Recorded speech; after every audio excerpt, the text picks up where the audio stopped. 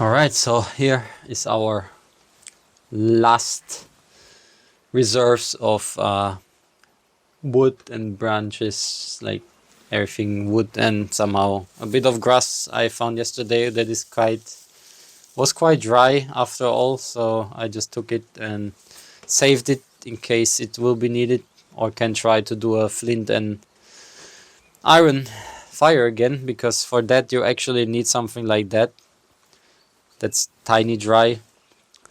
You're probably not gonna light up any of those here with a flint and iron.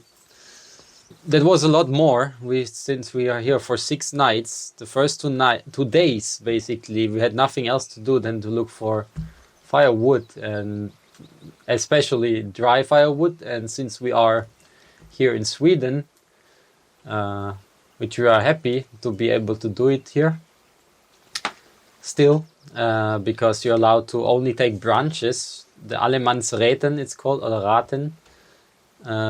It gives it's the all man's right or something translated, or all people's right. So you can sleep in the wild nature and stuff, and you're also allowed to make fires, except there is a fire ban, of course. You need to check that. And yeah, some other details you should check yourself if you want to know more about it. Allemansräten or Raten, Allemansraten. We will write it here or send a link in the description. Yeah, back to topic. We are here in Sweden, and that's why we could gather so many branches here. Again, the pine tree has also quite thick branches, as you can see here. It's not from the log, it's from the branches. They come out from the side. And it's only from fallen branches or cut off branches that we found on the ground.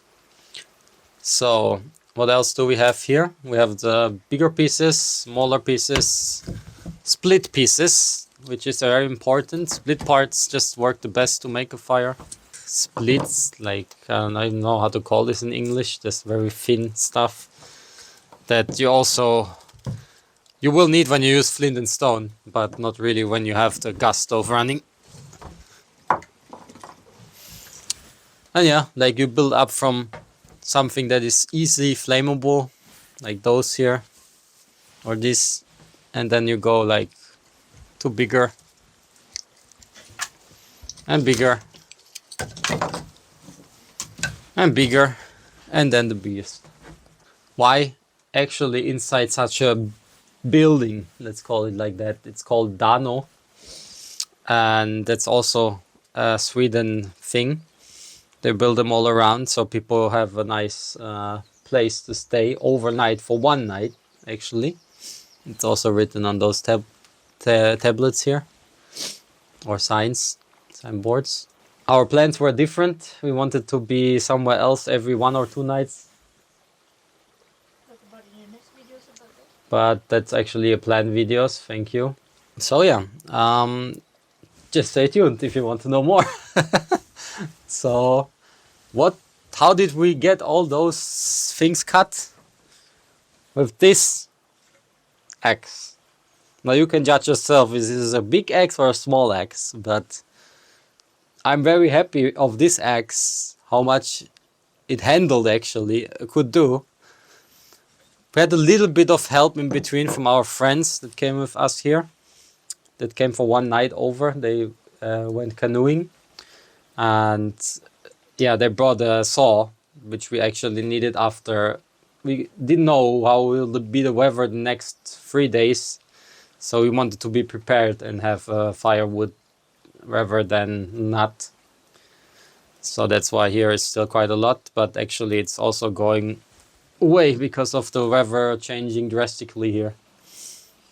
But yeah, I really love that axe. It's small. It weighs, I think, 375 grams if I'm remembering correctly. Actually, I think this one we did not weight. Could we talk about it now? Need to weigh that one.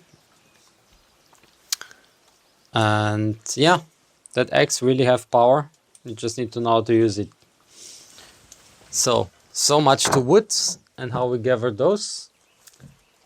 Let's talk next about something else.